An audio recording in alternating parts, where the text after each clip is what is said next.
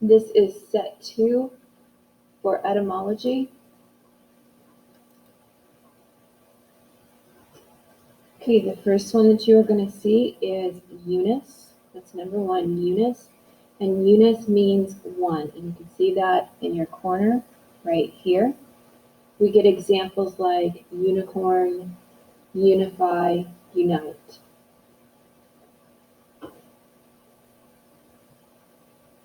Next word is duo.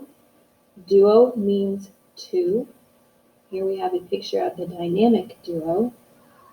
We use words like duet, duplex, and again, as you see right here, the meaning.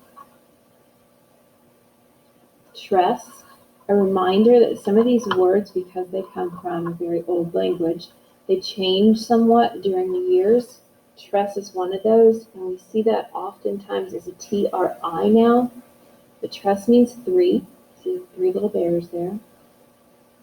We see that in triple, triplicate, tricycle, things like that. Our next one is quat or quator, which means 4, and we see that in words like quart or quarter.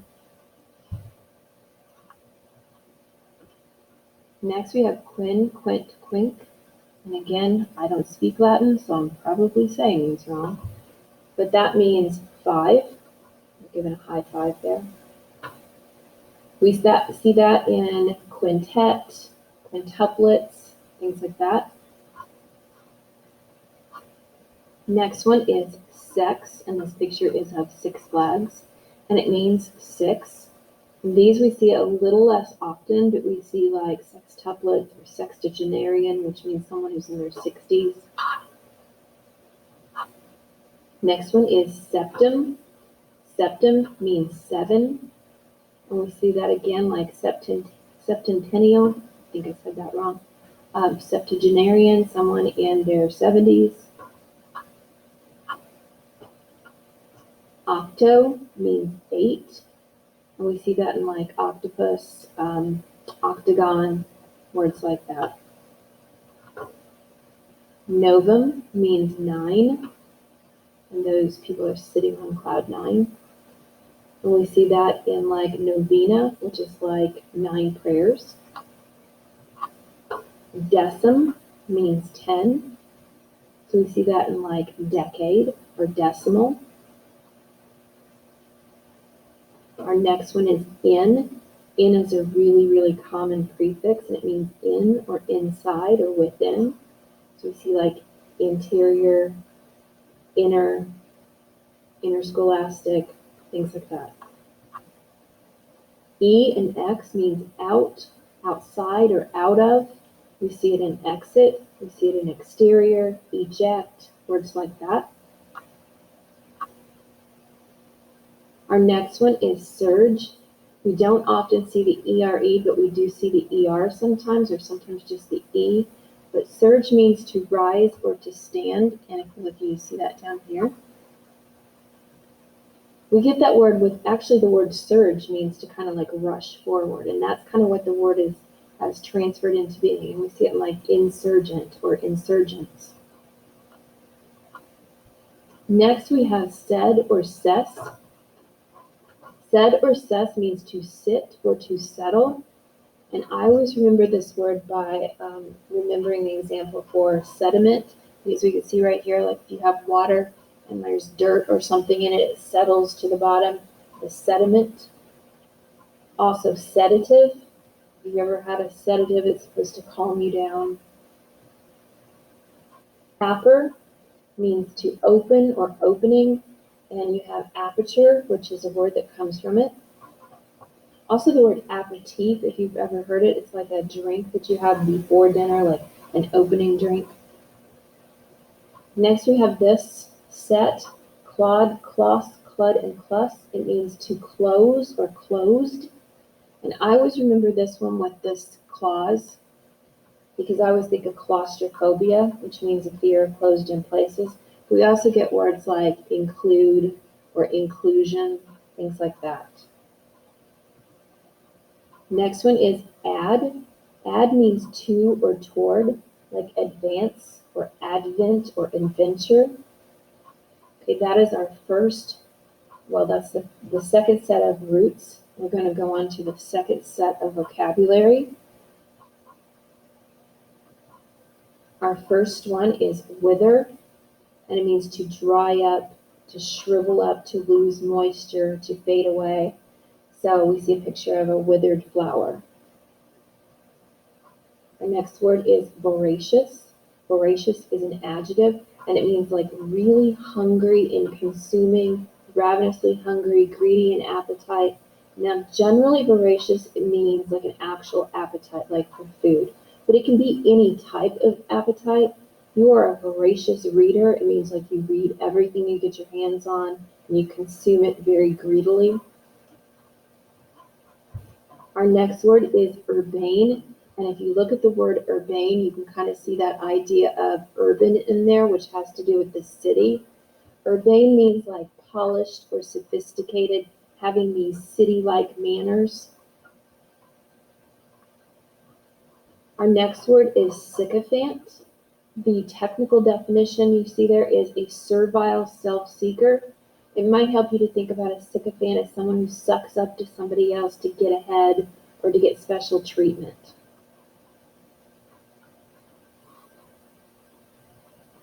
Our next one is stoic.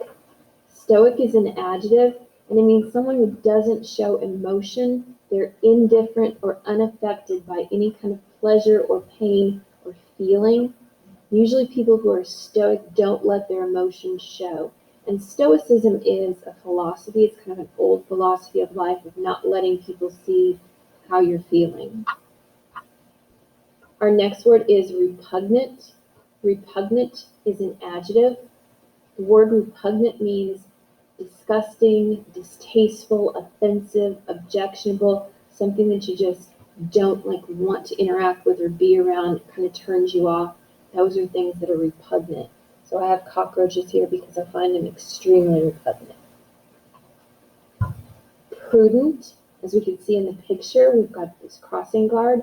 Prudent is an adjective, and it means being very, very careful, making very sensible, judicious decisions, being very cautious, like watching out so that there are not mistakes made. Here we have the word opulent or opulent. Different people pronounce it different ways. It is an adjective, and it means it has the elements, or it's characterized by this plushness, this fanciness, this lushness. It usually has to do with wealth or lavishness, and we can see this very, very fancy plush hotel room. Levity. Levity is a noun, and levity means a lack of seriousness or a lightness in mood or tone. Now, when we're talking about people having levity, it's usually this light humor, like you're finding something funny. So think about, if you're having trouble remembering, think about levitating, which makes you light, which makes you float. So lightness and mood.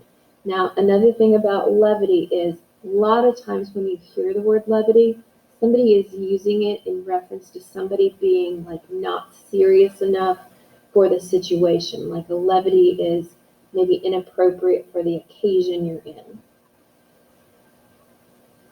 Next one is hedonist. Hedonist is a noun. I don't have a picture here. I don't know why. But I want you to picture somebody laying on a beach or on a yacht drinking a nice umbrella drink. So hedonist is a noun, and it also goes back to a philosophy. And this is somebody who lives just for pleasure, for what feels good. A hedonist goes back to an old philosophy of someone who believes that life is meant for enjoyment, for pleasure, and not anything else. Avuncular, you see Uncle Sam there. Avuncular is an adjective. It means someone that's like an uncle or having an uncle-like relationship, characteristic of an uncle.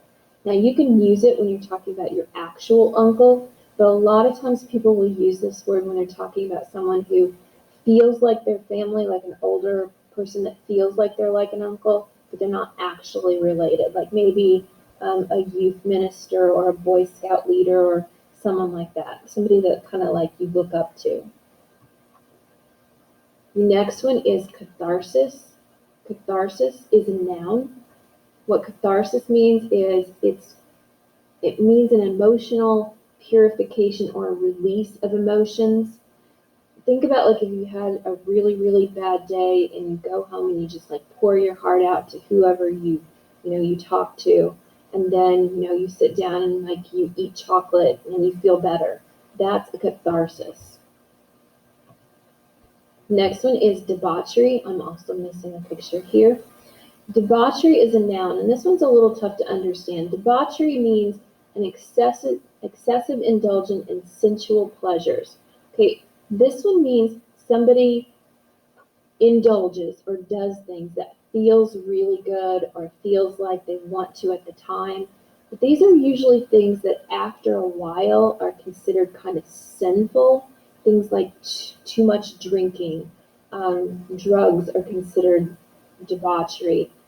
Being like involved in sinful pleasures is often referred to as debauchery. Erudite is an adjective, and erudite means someone who is very scholarly. It describes someone who knows many things, is very educated, is very learned in what they know. Last one is fraternal, and fraternal is an adjective, and it again, just like avuncular, it means like brothers. You don't have to technically mean your brother, but it's like, that's where we get the word fraternity, like in a college, they act like brothers. They are brothers to each other. So a fraternal organization is someone that associates like closely like brothers. Our number check for these roots are 15 through 31. The vocabulary goes from 17 to 31, and that is the end of set 2.